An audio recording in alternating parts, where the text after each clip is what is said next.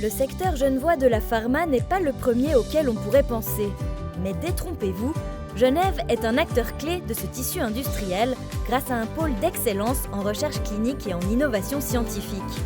Entre laboratoires de renom et instituts académiques réputés, découvrons un écosystème hors du commun.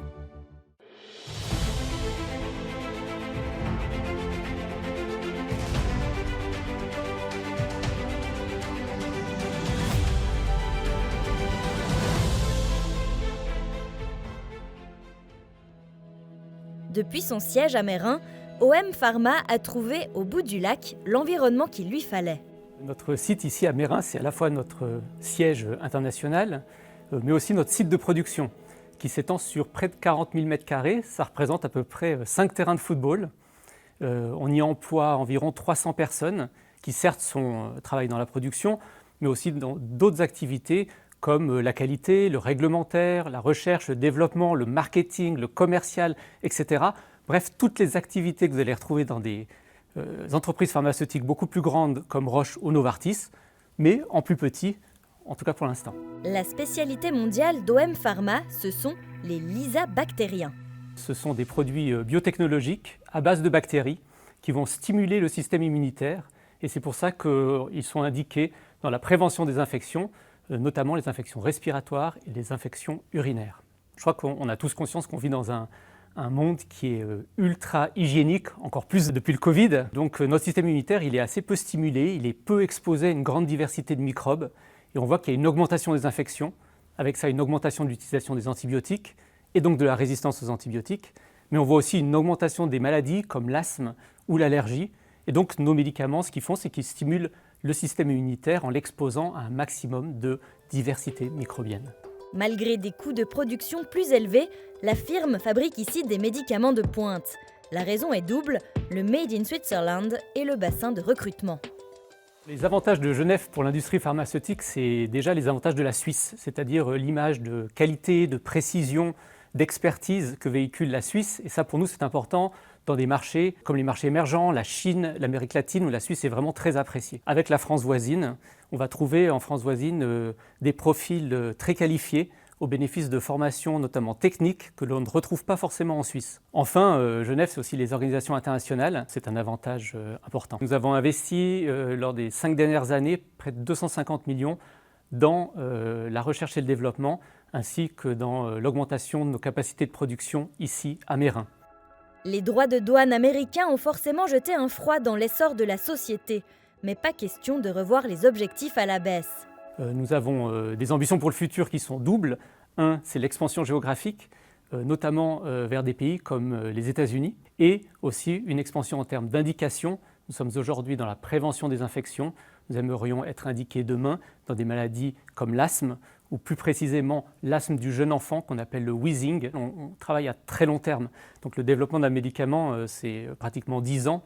C'est-à-dire qu'on est un peu moins impacté par ce qui se passe tout de suite au niveau politique. Quelle que soit la situation, le marché américain il reste très intéressant d'ici une dizaine d'années. Pour rappel, en 2021, OM Pharma a reçu le prestigieux prix genevois de l'économie qui a encore assis sa réputation. Autre firme qui a su devenir une pépite de la pharmacologie avec ses 2 milliards de francs de chiffre d'affaires annuel, Bracco est installé au cœur de l'Aziplo. Le lien de l'entreprise avec Genève dure depuis plusieurs décennies.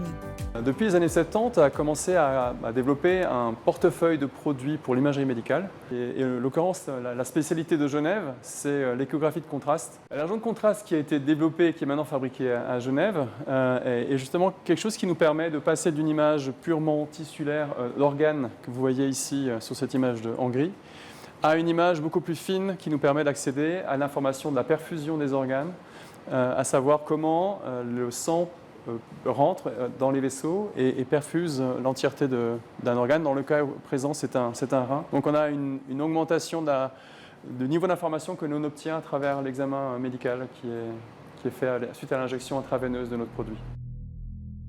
L'expertise de Bracco dans les agents de contraste continue de se bâtir à Plan-les-Ouates, dans des locaux récemment agrandis. C'est un produit découvert à Genève, à l'Institut Battelle, et qui est produit à Plan-les-Ouates depuis le début des années 2000. Il était important de doubler notre capacité de production, voire de la tripler, puisqu'on a 2 lignes de production et maintenant nous sommes capables de produire près de 6 millions de flacons, ce qui permettra de couvrir la demande mondiale sur le produit. Donc, on a eu un gros support de la commune de Plan-les-Ouates, du canton et de l'État de Genève, de la Confédération pour faciliter la construction de ce site. C'est un investissement de près de 90 millions de francs suisses. Épreuve de la précision toute helvétique, le produit de contraste de Braco est conditionné sous forme de flacons lyophilisés stériles et conçu de manière aseptique. Tout un programme. Ici encore, la proximité d'un savoir-faire régional n'est pas étrangère aux qualités qu'elle développe pour ses produits. On bénéficie également du dynamisme offert par les universités de Genève et de Lausanne. On accueille en général 6 à 7 étudiants tous les ans en stage de master. Ça nous permet de contribuer en fait à la formation pratique de ces étudiants, mais ça nous permet aussi d'identifier des profils très intéressants. Et on a plusieurs exemples d'étudiants comme ça qui ont pu être pérennisés à travers des contrats durables dans l'équipe. Ce ne sont pas les idées qui manquent dans les plans de Braco, qui fait travailler une équipe de 3700 collaborateurs à travers le monde. Plusieurs projets sont en marche. Un qui vise à aller au-delà de ce que offre le type de produit qu'on a développé jusqu'à présent. C'est un projet qui s'appelle BR55, qui vise à faire de l'imagerie moléculaire. Et un autre projet qui, lui, vise à utiliser la combinaison des ultrasons avec le produit que l'on développe ici, et que c'est à base de microbulles de gaz, pour favoriser l'administration de médicaments dans certains organes. Depuis 30 ans, le brevetage des découvertes est une stratégie clé chez Braco. Nous avons plus de 450 brevets qui sont actifs actuellement.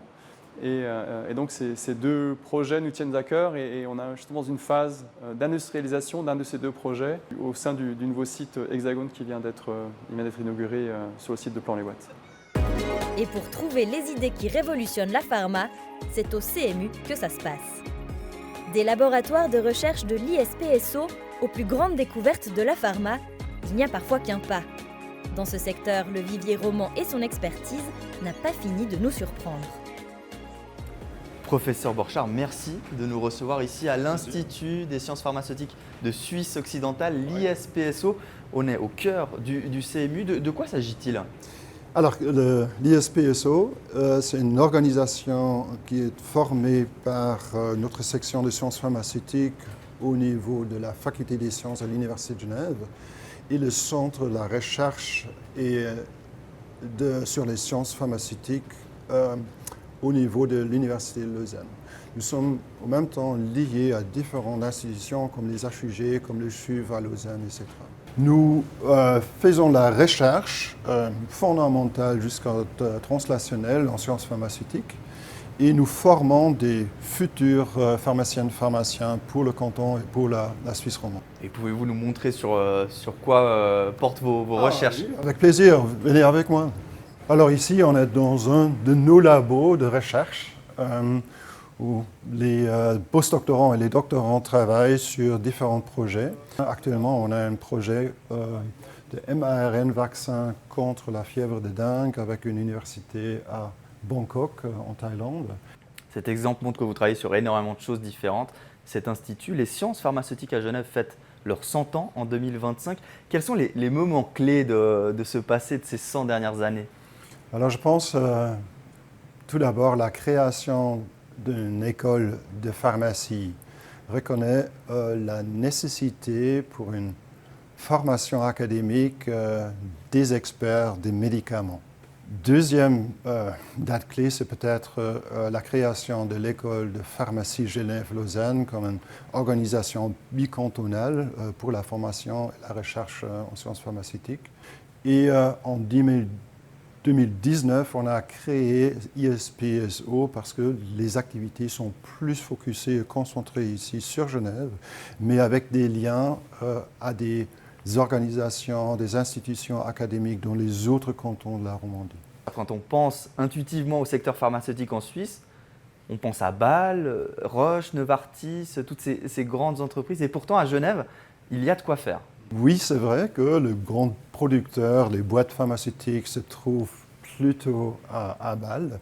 Par contre, ici, avec les différentes institutions académiques, avec l'Université de Genève, nous, la section, les PFL, Université de Lausanne, les hôpitaux académiques, CHUV, HUZ, etc., nous avons une capacité, une excellence, des connaissances scientifiques dans les sciences biomédicales qui est exceptionnelle. Il y a la formation, les cerveaux entre guillemets de la pharma se créent ici à Genève. Oui. Alors c'est pourquoi nous sommes sollicités par des industries aussi, mais aussi par d'autres universités, parce que nous formons les employés des industries futures et nos diplômés sont de plus en plus intéressés de joindre l'industrie pour des différents rôles.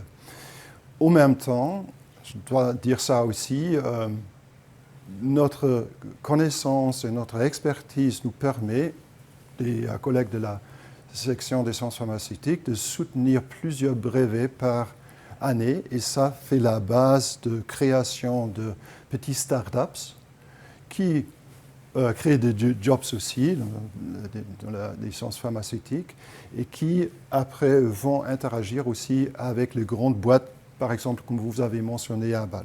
Donc au fond, les grands producteurs, ils viennent ici faire appel à vous. Pourquoi ? Je pense pour plusieurs raisons. Tout d'abord, pour les nouvelles idées, de découverte de nouveaux principes actifs, pour que les mettre dans leur pipeline de développement des médicaments, de nouveaux médicaments. Deuxième aussi, c'est l'analytique que je mentionnais, les sciences analytiques qui développent des méthodes pour mieux caractériser les médicaments, pour l'assurance des qualités. On l'a vu ici à l'ISPSO, l'excellence est recherchée. Quelles sont les compétences qu'on vient solliciter auprès de vous ? Alors tout d'abord, comme j'ai travaillé aussi en industrie avant que j'ai arrivé ici à Genève, en industrie, même en académique, on a le même but, c'est le développement des traitements pour améliorer la situation des patients. Alors c'est le même but entre les deux mondes. Ensuite, nous sommes sollicités par l'industrie pour les aider dans la découverte, le développement des médicaments, ça veut dire la formulation, la mise en forme de ces principes actifs, et après pour le donner aux patients. Et là, c'est sur une coopération dans des projets pilote, par exemple, de quelques mois, jusqu'à la soutenance des thèses, le soutien des thèses des doctorats. Des laboratoires de recherche de l'ISPSO aux plus grandes découvertes de la pharma, il n'y a parfois qu'un pas. Dans ce secteur, le vivier roman et son expertise n'a pas fini de nous surprendre.